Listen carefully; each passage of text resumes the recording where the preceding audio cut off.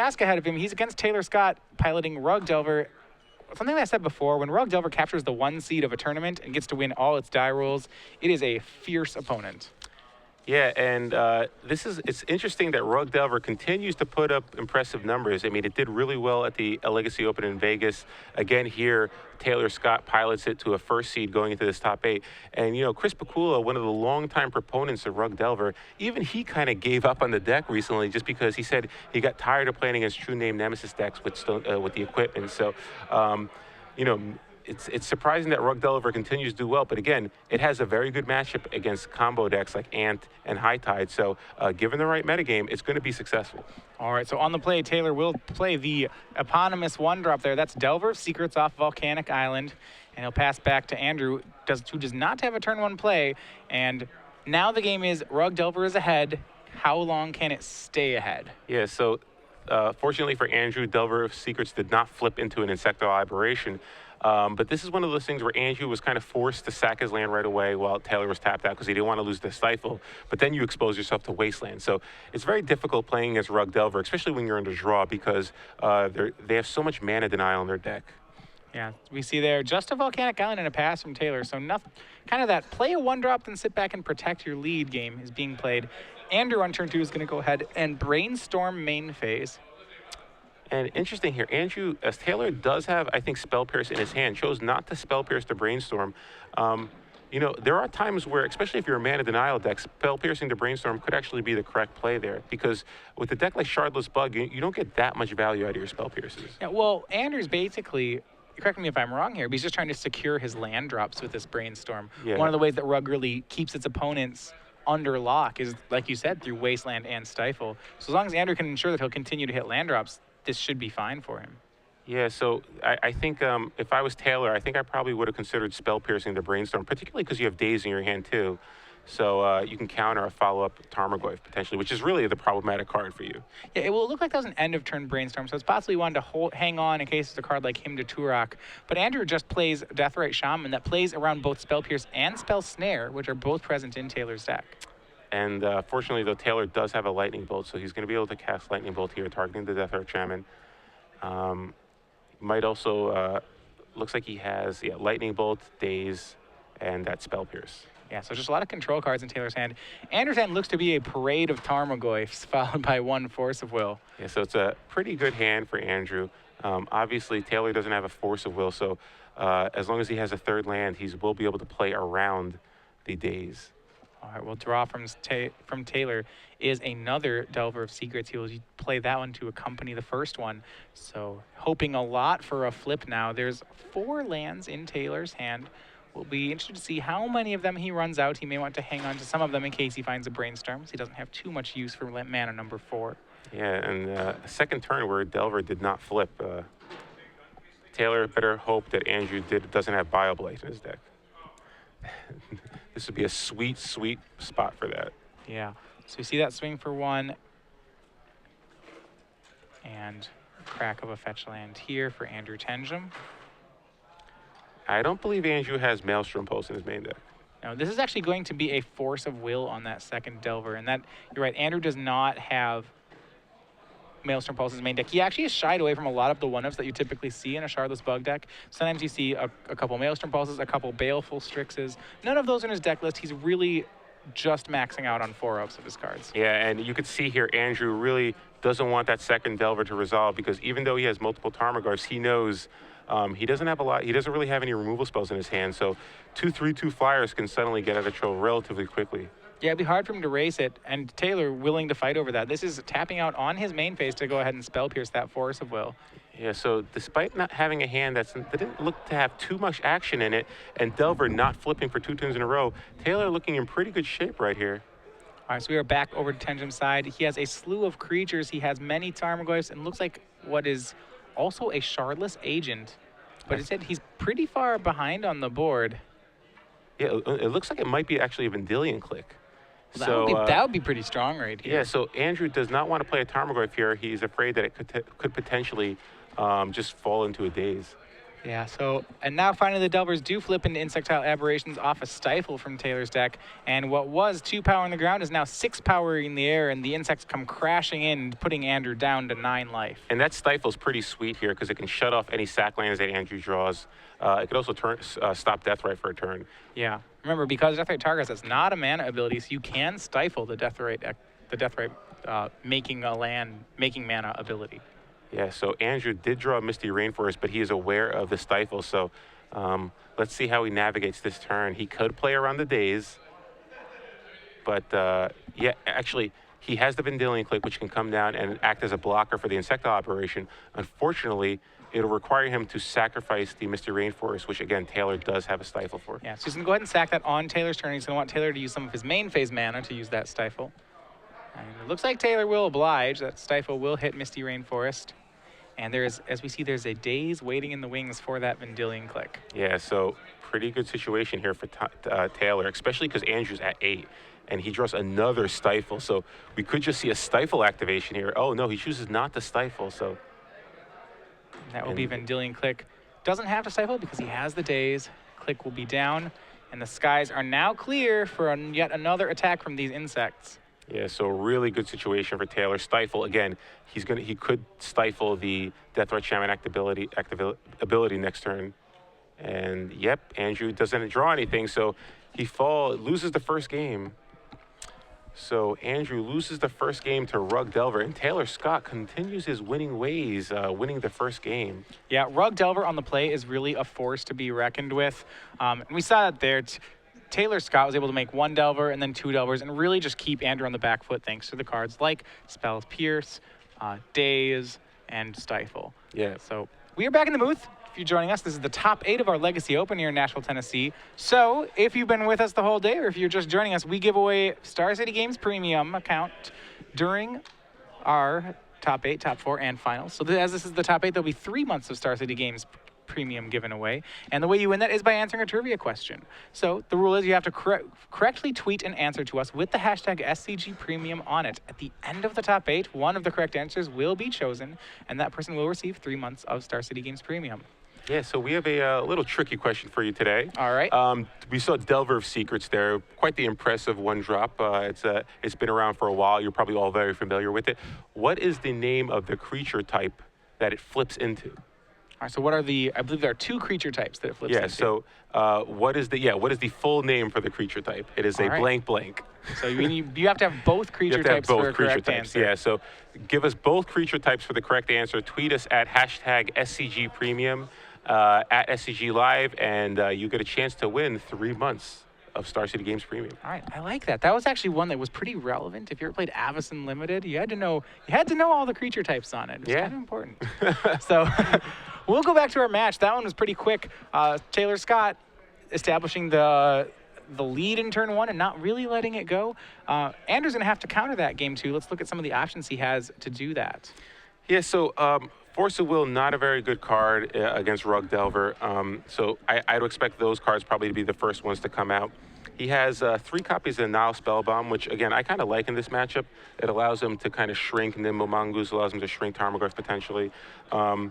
Beyond that, though, not really that much else he wants to bring in. Maybe a Golgari Charm as a way to kind of potentially kill a Nimble Mongoose and a Delver of Secrets potentially. But really, the main card here is Nile Spellbomb.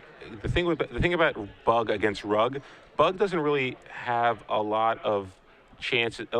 Bug doesn't really want to devote too many sideboard slots to a deck like Rug because it has other decks that it kind of has to devote sideboard cards to. It has to have cards for Death and Taxes. It has to have a lot of cards for combo decks. So there's not really a lot of cards that you could even board in against Rug because their strategy is all about mana denial. So really the best thing for you is to just resolve a Tarmogoyf. Yep. So wouldn't be surprised to see Force of Will come out for some number of those Nile Spellbombs, maybe a Hymn to Torok or 2. But beyond that, not really too much Andrew wants to be bringing in here. All All right, well, we look at Taylor's sideboard. He has a lot of the similar issue that you were talking about, and a lot of his sideboard slots are devoted to combo decks. We see many things like Red Elemental Blast, Flusterstorm, Grafdigger's Cage. These are weapons that are traditionally used against combo decks or less fair strategies. He, however, in this matchup is able to board in 3 Submerge. That's one of the weapons that Rug uses That's against huge. any Tarmogoyf deck. Submerge with 0 mana can go ahead and really reset a Tarmogoyf by putting it back on top of the library. I imagine we'll see those come in. Outside of that, we may see a lot of the same game 1 strategies. Yeah, again, Force of Will, I think Force of Will is probably the first card that comes out for both players. I mean, it's okay sometimes, but in general, given the kind of attrition style matchup we have here, you really want Force of Will more for combo decks. Again, it's kind of like insurance policy. In this particular matchup, it's not really that powerful. And like you said, a card like Submerge is huge because not only could you potentially force Andrew to shuffle away a Tarmogoyf because of all the sack lands, but it actually is a great tempo play for you as well. Yeah, pretty much any card that costs 0 and can affect the board is something that Rug would be pretty interested in. Yeah, and Taylor has a couple of copies of Surgical Extraction as well in his sideboard. Sometimes you see Rug board that card in against Bug if you think they're going to have Life from Loam engine, because you don't want to get Wasteland Lock with Life from Loam. But again, Taylor has all his access to Andrew's deck list, so he knows he doesn't have to worry about that plan. That's something that's different in the top 8 of one of our opens as opposed to the Swiss rounds. You may see him board him in the Swiss, but he knows he's safe to not do that here. Yeah. So both players it looks like Andrew's set with his strategy. Again, Andrew's been playing Shardless Bug a lot. He's very familiar with the deck. So given that Rug is one of those marquee decks of the Legacy, he's probably tested this matchup a lot, knows what he wants in and out. Yeah. So my thoughts on the matchup is Rug is one of those decks that really, I don't know, it feels like it can be pretty punishing against any archetype, but certainly after game 1, this feels like a matchup that's good for Scott, or for Taylor Scott's deck. The great thing about Rug Delver is, in general, the fact that it plays this mana denial strategy, it can punish any player that plays sacklands is vulnerable, and it forces you to play in a way that you're not comfortable with. Like, you don't know whether or not you have to play around Stifle. You don't want to expose yourself to Wasteland. It really puts you in this awkward position when you play against Rug Delver, where you feel uncomfortable, which can cause you to make more mistakes than you normally would. So I think Rug Delver, I think he's in pretty good shape just because the tempo ability for this deck is great, because Andrew's deck is a lot more mana hungry than you'd expect. All right, so we are underway. This time Andrew Tenjum on the play, which means he'll get a chance to create a board presence before Scott starts that mana denial strategy. We'll see here, Verdant Catacombs. Deathrite would be huge here. Yeah, Deathrite's good. And Deathrite is one of the cards that, since its printing, has really had a lot of impact against the Rug Delver denial strategy. Yeah, I mean, the entire bug deck, either the Delver version or the Shardless version, really would be so much worse without Deathrite Shaman. Deathrite Shaman really makes this deck just so impressive. Yeah, so we see there a Tropical Island found. And will it be that 1-drop? Other possibilities is he also plays Thought Seizes. But it's going to be Ancestral Visions for Ancestral Andrew. Visions. So this could provide useful down the road. Again, Taylor is in a hyper-aggressive deck, so he won't necessarily have too much pressure in play, but he does have that turn 1 Delver, really the marquee card for that deck. All right, so Andrew untaps. So he has the card advantage engine set up. He is a little behind right now on the board, as Taylor was the first person to commit a permanent. And look, it looks like Andrew did draw a Golgari Charm, so he does have a potential answer to that Delver of Secrets. He has a Misty Rainforest as well, so let's see what he wants to do here. He could be afraid of Daze. He doesn't want to fall into a Daze here, but I'm not sure he really has a choice. I think he wants to just cast a Golgari Charm here. He's not really going to get a better spot. He boarded in for this specific reason, I think. All right, well, Misty Rainforest will find a Bayou. Looks like he is going to set up for that Golgari Charm. We'll see whether or not he does it main phase or on upkeep. Certainly he knows there are Spell Pierces and Spell Snares. And it looks like it'll be a main phase Golgari Charm. Yep, so Golgari Charm, it looks like it will resolve. Taylor does not have a Daze. So Taylor, though, he still has a Nimble Mongoose in his hand, so he still can put a little pressure on the board. Yep. Before committing that Mongoose, though, he's going to start off with Brainstorm. He sees he finds another copy of Brainstorm, a land and a Tarmogoyf. Looks like he also has at least 1 Submerge in his hand. Yeah, so pretty good hand for Taylor here. Tarmogoyf is huge. Nimble Mongoose is obviously really good. And it looks like, is he going to hide one of the Tarmogoyfs or no? It looks like he's going to keep the Tarmogoyf in his hand. I'm surprised he's going to keep the Tarmogoyf in his hand because that's one of those cards that's really good in this matchup. You don't want to lose it to a card like Thoughtseize or Inquisition or Kozilek. Sure. But, yep, it looks like he's going to keep the Tarmogoyf in his hand, despite the fact that he's obviously not going to be able to cast it this turn. He does have a Tropical Island, though, so he could cast one of the Nimble Mongooses in his hand. Looks like he's going to do that. So, yep, Tropical Island is made, Nimble Mongoose, and he passes back. So Taylor's hand's pretty loaded with threats. I still feel like there's some sort of sense of urgency here because of that Ancestral Visions on Andrew's side. Shardless Bug's an excellent deck at grinding, and the longer this game goes on, Taylor will be run down on resources if he can't put some mana pressure on Andrew. Yeah, the mana denial plan is basically out the window for this game, it looks like. And he's just going to have to try to rely on tempo and quality creatures, which, again, he does have Submerge, so it's not unreasonable. Because that Nimble Mongoose can get pretty big relatively quickly, and Taylor could, it looks like Taylor could potentially drop Tarmogoyf and Nimble Mongoose in the same turn if he has a third land. Yeah, Andrew casts one of his Tarmogoyfs. He then plays a Creeping Tar Pit for the turn, comes into play tapped. A pretty good time to get that one on the board.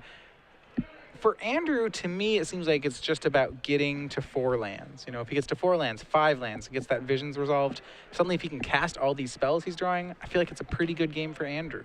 The problem with Andrew's deck is Bug in general doesn't have that much removal. It has 4 copies of Baroque Decay, it has some Liliana the Veils, and again, he boards in some Golgari Charms, but really just doesn't have that much removal. So a card like Nimble Mongoose can be really problematic for them. Sure. Especially Tarmogoyf plus Submerge can just out-tempo the creature deck, I would think. Yeah. All right. So we see a fetch here for a second Tropical from Taylor Scott. It's going to be a Tarmogoyf on his own side. Because of that Tropical, because of the Forest and Bayous, the Bayou and Tropical Island in play, this Submerge is going to be live for Taylor, so he can keep Andrew's deck clear.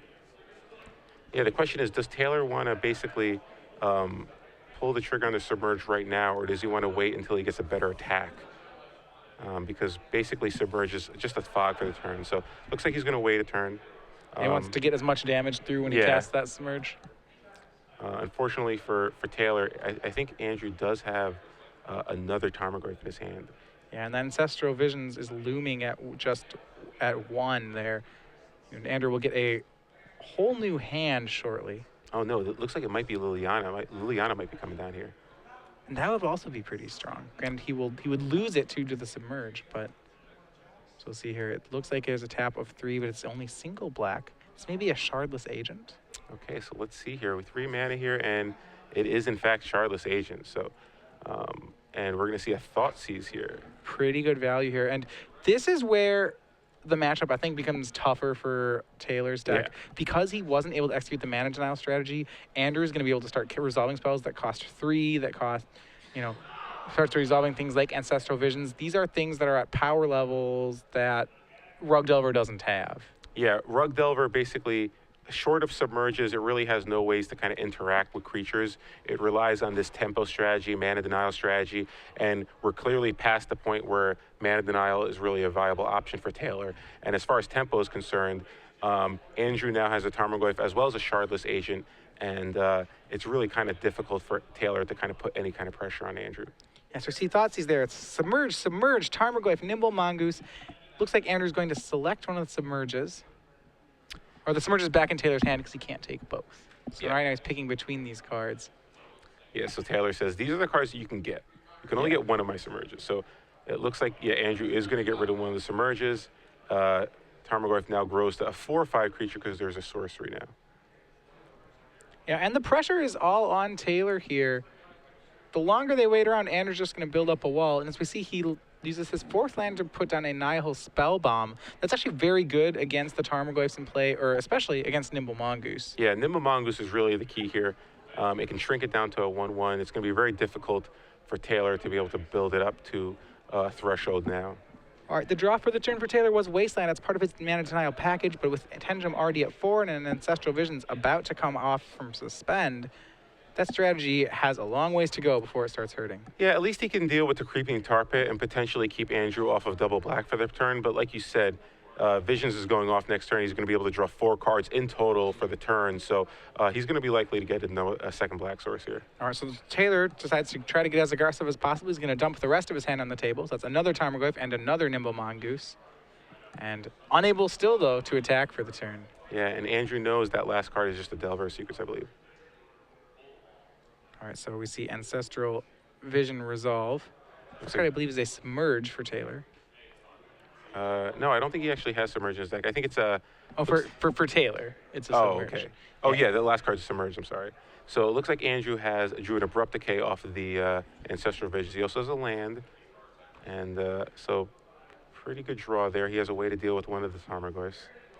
Yeah, I think he has another... looks like he has another Tarmogoyf. Looks like he has another... So a 4th land, he's going to be able to replace the land that was blown up. So he's still... That 4th land, it's like the 3rd and 4th land, just allow Andrew to start casting 2 spells per turn, and he's drawing all of these extra cards from Ancestral Visions. He's just able to continue to keep his board presence. We see a fetch land in response. The Tarmogoyf was submerged, so if Andrew wants to land, he actually has to shuffle away the Tarmogoyf. Yeah, and I think Andrew's okay with that simply because he gets rid of the Submerge, and he has another Tarmogoyf of his own, along with an Abrupt Decay. So Taylor still isn't going to have a good attack next turn because the Tarmogoyf will just bounce off of either a Tarmogoyf and a Shardless agent, and the Nimble Mongooses will just get shrunk by Nile Spellbomb. Absolutely. So we see those 2 lands tapped. It looks like it will be a Tarmogoyf from Andrew Tenjum. And he still has that Abrupt Decay as well.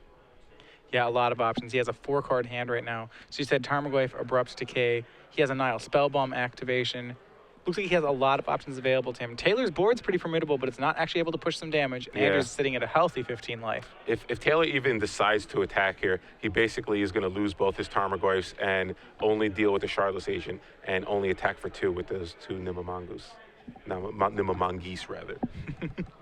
So we see just a draw and a pass from Taylor. And now Andrew will start to press this card advantage he has.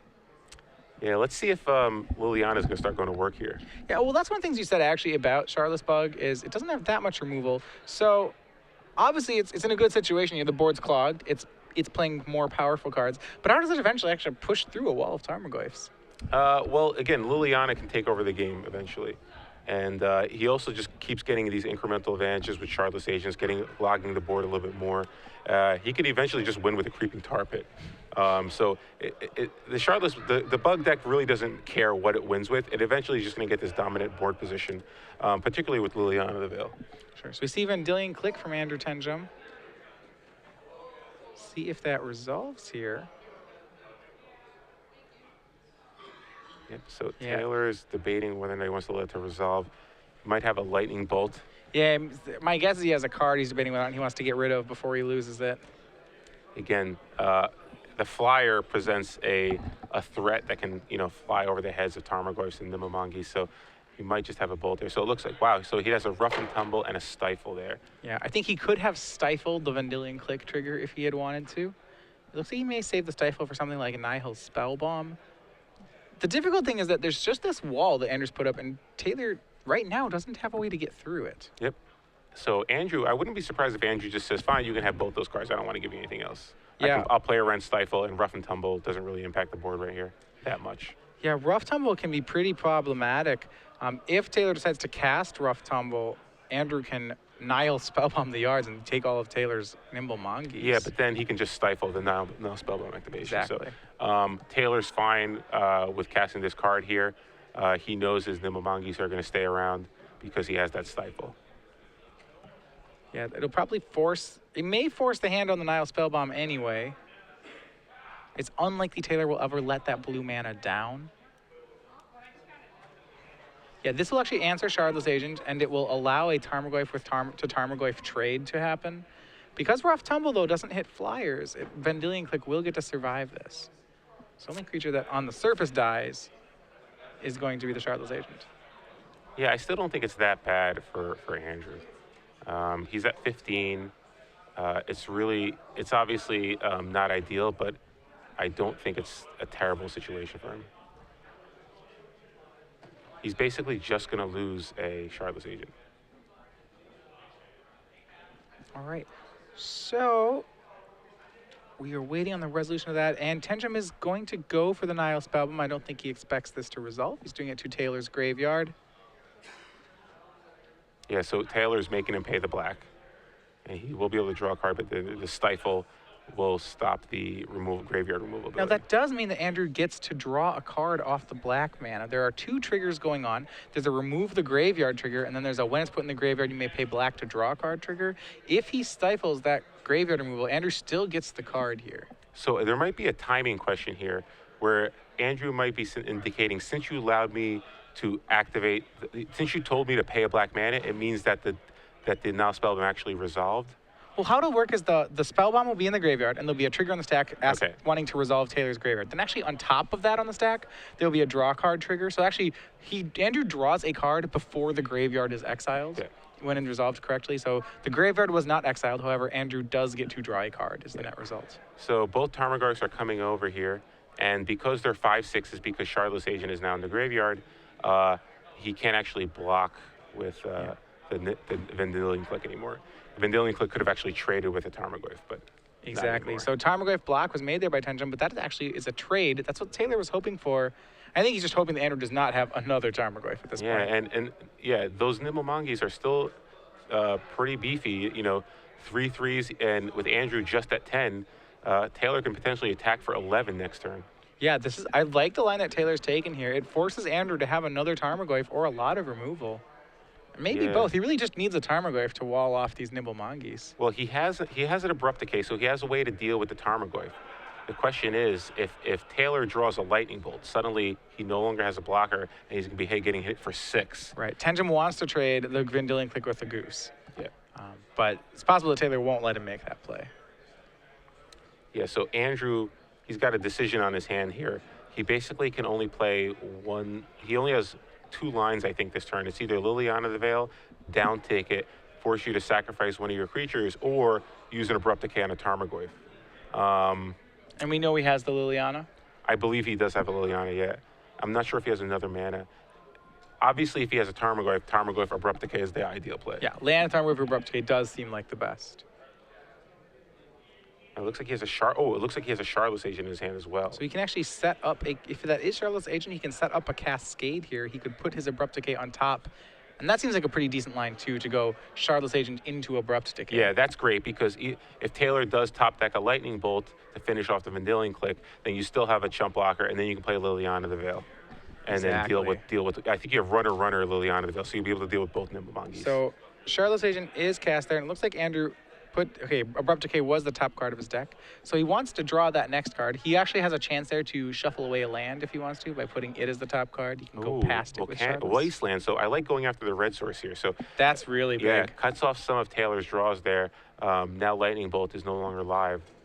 All right, so Scott Taylor down to 2 geese. They are 3/3s, but Tenjum is at 10. He has a 3/1 and a 2/2 in play. If Scott swings, 1 will trade, 1 will get through. He'll get Tenjum down to 7.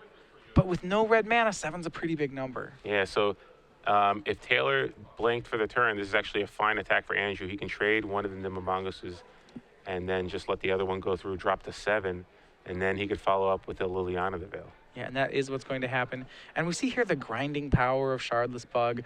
Shardless Bug and Jund are 2 of the decks in Legacy to me that they're fair decks, but they really just grind hard.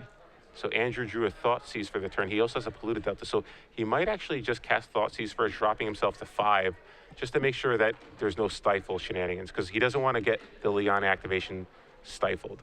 Yeah, if he has no backup removal spell, he's going to have to Thoughtseize here.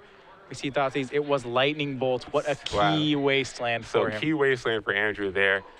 Drops to 5, but takes care of the Lightning Bolt. Now he's going to go to 4, sacking the Polluted Delta. But again, 4 is a comfortable number because it's out of Lightning Bolt range. And again, there's really no, Taylor doesn't have any red sources anyway. So it'll take 2 cards. It'll have to be the red source and then the Lightning Bolt. Andrew probably doesn't want to go to 3 here, but 4 seems like an acceptable place. 4 is fine. And now Liliana's going to come down, deal with the Nimble Mongoose. So really good position here for Andrew. Liliana's going to do some serious work over the next few turns. So now at 4 life, Tenjum has established board control, and he has to go to work at Taylor's life total. From 19, it is now down to 17 from Shardless Agents. The draw from Taylor is a land. It is a potential red source, though. And we'll now see Andrew go to work. Yeah, so step 1 was get a red source in play. Step 2 is draw 2 lightning bolts. Sure. All right, so 2 more damage. Taylor down to 15, and just a land. Passing back.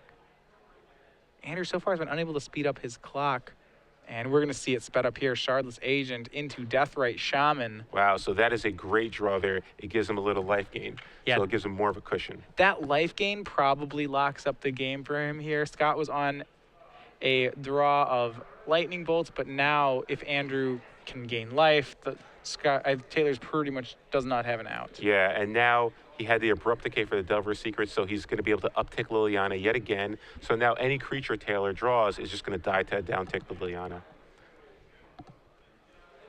Yeah, so Taylor in a rough spot here. Andrew can actually just drain Taylor for 2 life with Delver at this point, or with Deathrite Shaman, rather. That'll drop him to 7, then he takes 4, goes to 3, and then he dies. Yep. That is enough. So we are on to game 3 between Taylor Scott and Andrew Tenjum. Remember, this is the 7th SCG Open top 8 for Andrew Tenjum, still looking for his first victory. In 2012, he was fortunate enough to have a finals in Standard, but that was actually it. So he's having an 8 seed, being the 8 seed in the Player of the Year standings. I would say it shows a remarkable consistency in Andrew's finishes. Yeah, you know, that's a lot of top 8s to make. Yeah. You know, and especially because they're across the gamut. It's not just Standard, or it's not just Legacy. It's actually both formats, right? It's both formats, absolutely. So it shows a remarkable consistency across 2 very diverse formats. So yeah, pretty impressive constructed results there. Yeah, I mean, the way to get points is to have a couple good finishes or a lot of consistent finishes. And for Andrew, like I said, to be 8th without a victory so far, that shows that he is in the running at virtually every tournament. Yeah. So going to game 3, that time, I think what I thought, right, I tried to describe the games, I would say game 1, Taylor locked Andrew out of mana. By the time Andrew could cast things, there were 6 power flyers. The game was over quickly. Game 2, Andrew made his 4th land drop before Taylor stifled or wastelanded anything or dazed anything. And by that point, it seemed easy. Taylor had some of his best cards, but eventually just got grinded down by Shardless Bug. Back on the draw, things are tougher for Andrew, right? Yeah, on the play, Rug Delver can get these draws that are nigh unbeatable. I mean, Delver Secrets, Daze, Wasteland, Stifle your land. There are certain draws. You're already at 8. Yeah, it's like very frustrating to have to play against draws like that. So Taylor still has to feel pretty good. Submerge is also really, really huge on the play. Allows you another way to deal with Deathrite Shaman. So yeah, I think if you're Taylor, you're still feeling okay. But yeah, I'm with you. Game 2 basically just shows you once the LD strategy goes away and once the tempo line basically goes away, Rug Delver is basically not a very effective deck. Yeah.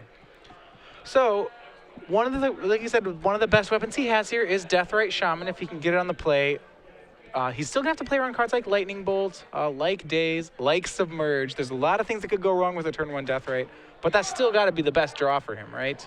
Yeah, obviously Deathrite is probably the best card he can play on turn 1. Really, generally when I see Bug beat Rug, it usually, all things being equal, like no players mulliganing or getting mana screwed or anything like that, generally it comes down to the number of Abrupt Decays the Bug player can draw. If Andrew can draw, 2 Abrupt Decays, he's actually in pretty good shape because Rug Delver doesn't have that many threats. Yeah. So if you can deal with Delver and then you can deal with Tarmogoyf, that kind of takes away the tempo line. Suddenly he's just cantripping to try to find another threat, so he's not able to kind of interact with Andrew as much. And so it really comes down to how much removal Andrew can draw. Again, he doesn't have that many removal spells, but in the second game, he was able to develop his mana base, and he also drew Golgari Charm, multiple Abrupt Decays, and then eventually Liana was able to close up the game. So it really comes down to how many early removal spells Andrew's able to draw. You really put it well there. I mean, Scott only has 12 creatures in his deck. 4 of them have Shroud, so those ones are not going to be killed by Abrupt Decay, but the other ones are really good targets for Abrupt Decay in the matchup. Yeah. So it'll be interesting to see how this one plays out. But again, on the play, I kind of still give the edge a little bit to Rug, just because I hate playing against certain, it can just get some of these draws that are really, really difficult.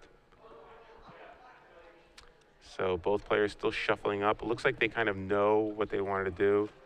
They're both kind of comfortable with how they played. And so let's see here. Yeah, Taylor will be on the play here.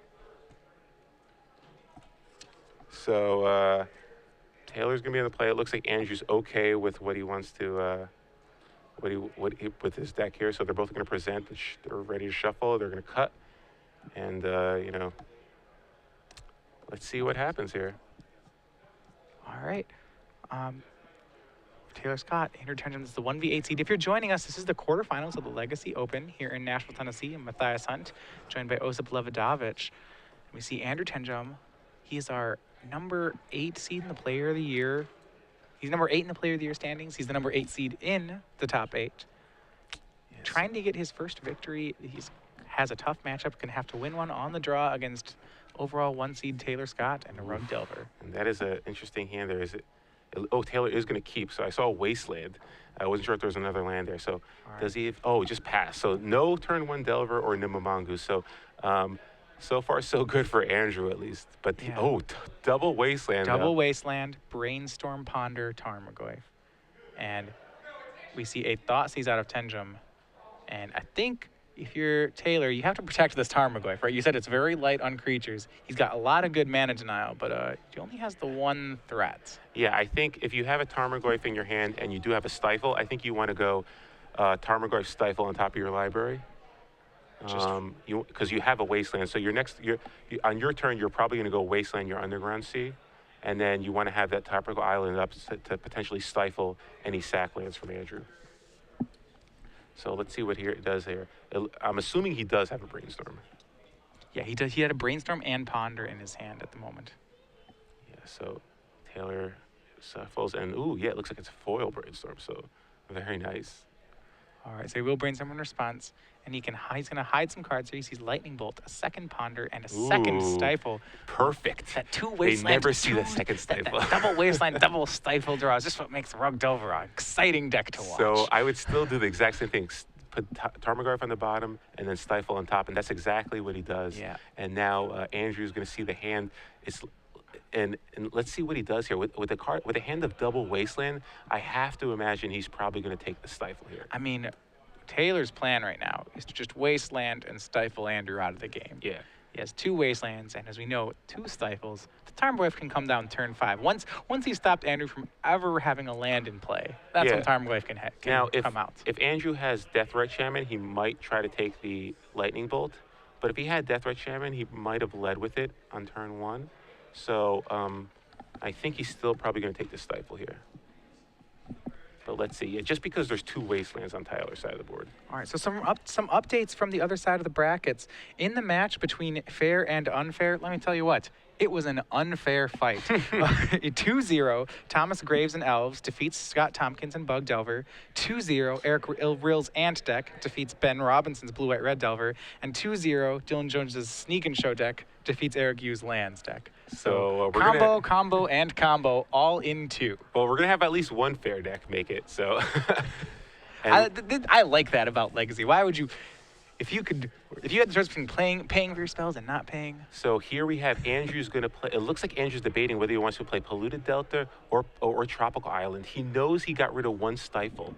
So he might want to play the Polluted Delta because he thinks this might be one of the rare opportunities where I might be able to crack it. And that's exactly what he's going to do here. Unfortunately, Taylor did hide that second Stifle. There you go. Andrew's going to be kicking himself for that one. So he's not going to be able to suspend the Ancestral Visions, which really is going to hurt him. That's one of the ways you can kind of come back into it, because Taylor doesn't have any threats. But here's that Tarmogoyf that he doesn't have a second land. He's going to go for Ponder. Well, he does, but it's a Wasteland. Ah, that's right, yeah. And we see Ponder on wow. deck. So I'm surprised he didn't just go play the Wasteland and cast Tarmogoyf then. In this situation, it's really good. Yeah, it's possible. That does seem really strong. Yeah, because this turn is terrible for him. Yeah, You're he's just basically going to get to make a land, and that'll be it. Yeah, I'm not sure what he was hoping for here. Because, again, Andrew doesn't have any mana in play, so it's not like he could actually play a land and then abrupt decay your Tarmogoyf. So you could have kept, if you played a Tarmogoyf and then you wastelanded your Andrew's next land, you're in really good shape. unfortunately, now Taylor's basically not doing anything for the turn. He's got to hope to draw a land. He's let off a little bit of the pressure that this mana denial has afforded him. Granted, he still has a wasteland in hand. You see he's actually shuffling off the ponder. Oh, yeah, no, I am not conceding the fact that Taylor is still in a reasonable shape, but the fact that he didn't lead with Tarmogoyf, I think, is a huge mistake here because just playing a Tarmogoyf here allows him to kind of really press his advantage next turn. I mean, what exactly would you be afraid of? Andrew playing a wasteland and wastelanding your wasteland? Either way, you're keeping him off of a land. So right, and you have a Tarmogoyf. And you have a Tarmogoyf in play. So as we see in Andrew's hand, he has a lot of land still, which that's actually pretty good against a mana denial strategy, that he can keep him in play. Yeah, now, a danger of Shardless Bug, though, is what is the basics count in Shardless Bug, I believe, is 0. Yeah, he has no basic lands in his deck. So he's going to lose another land here. So Andrew still could likely, because he drew that land, that was a fortunate draw off the ponder. Because if he didn't have a land, his next turn could have been awkward if he still did miss the land again. So next turn, though, he will be able to play Tarmogoyf and Wasteland the Underground Sea. Andrew here probably going to have to cast Brainstorm to try to dig for more lands. He has Brainstorm Ancestral Visions. Not sure he can actually suspend Visions here.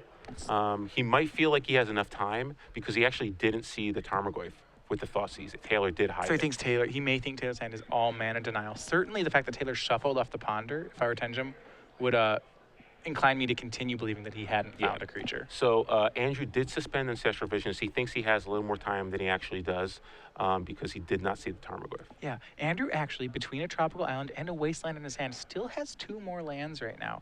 Granted, one of his spells is Liliana of the Veil. Neither of those spell cards produces black mana. So he's going to take that card. Won't be online for a while. And now we see the play where the Tarmogoyf hit the table. So a third land for Taylor is that second wasteland. Brings Andrew back down to 0 lands and now casts Tarmogoyf. Yeah, so Tarmogoyf is a 3/4, so it's still going to take some time before it can. It's going to take at least 5 turns, really. But realistically, 4 turns might be enough. But let's see how this plays out. Andrew doesn't really have too many turn 1 plays here other than the Brainstorm, I believe, in his hand. Yeah, he has drawn another land, and it's a fetch land, so he's back to having black sources. That means if he can find an Abrupt Decay, that will be probably the best draw he could get. Yeah, so Taylor has a Rough and Tumble in his hand, which isn't really going to do much in this situation. I mean, if Andrew draws a Deathrite Shaman, he'll be able to kill it, but beyond that, not really going to do much. Rough and Tumble, I'm surprised he actually boarded it in this matchup. It doesn't seem like it'd be that good. Yeah, I think he's boarding it in for Deathrite Shamans. As he said, that's one of those cards that's very good for Tenjum's side. I'll actually go over the decision that Andrew had here. He had a fetch land and a tropical island. He had to decide whether or not he wanted to just play tropical and Brainstorm and have that Brainstorm fetch land interaction, or whether he just wanted to be secure that his land was not getting stifled. In the end, he just went for Polluted Delta, Crack, find Underground Sea, play around Stifle. And given that he just thought sees a Stifle, I think it's a reasonable play there. But fortunately for Andrew, Taylor's not able to press his advantage anymore. He's not finding another creature. He does have a Submerge, but again, look, it looks like there is a Tarmogoyf. It is a creature. He has another Tarmogoyf. So that is a great ponder there. He's got a Tarmogoyf, a Submerge for any potential Tarmogoyfs on Andrew's side of the board. So the real problem is that Andrew does have a Wasteland. So could Andrew potentially just go after the green source? Yeah. Well, does Andrew have the time to go after the green source? That's your question, right? Because Andrew actually still needs to get this Tarmogoyf off the battlefield. Mm-hmm. Oh, wow. Great draw there for Taylor. It looks like it's a Daze. And again, that Submerge and Tarmogoyf still on top of his library. So he's going to draw the Daze, and I believe he left the Tarmogoyf on top. Yep, so an end step Brainstorm there by Andrew. He may pay a little bit of a price here for end stepping it. That Daze was found off that ponder. Had he played it earlier, he would get to look. Now he does not. And I like that he returned the Tropical Island, so he's protecting his green source from the Wasteland here. So pretty good sequence there for Taylor. Yeah, another land drawn from Tenjum, but now he just has to top deck the Abrupt Decay. And it's looking difficult for him. Tarmogoyf's going to crash Andrew down to 9, and it will be joined by another Tarmogoyf. Yeah, and it looks like Andrew is going to be able to cast a Liliana of the Veil, which means that that's half the fight. One of the Goyfs is gone. So he'll be able to deal with one of the... And then Taylor still has a Lightning Bolt, so he could potentially drop Andrew to 3 here. Yeah, we do see and he Abrupt Decay. He does have the Abrupt Decay. So first it's going to be Liliana. Liliana will edict away one of the Tarmogoyfs. Andrew may be able to stabilize, but if he does, his life total will be very precarious. He is still at 9. One Tarmogoyf's taken care of, but now the Tarmogoyf goes up to 4-5. Yeah, so and just a submerge there. Looks like he has a brainstorm, so he can dig for a second lightning bolt here, Yeah. which I think he has to, because he has to try to lock this game up right here. What I like is he can get rid of that rough tumble as well. Yeah, if he draws a there's a second lightning bolt. Does he have And there's a forked bolt.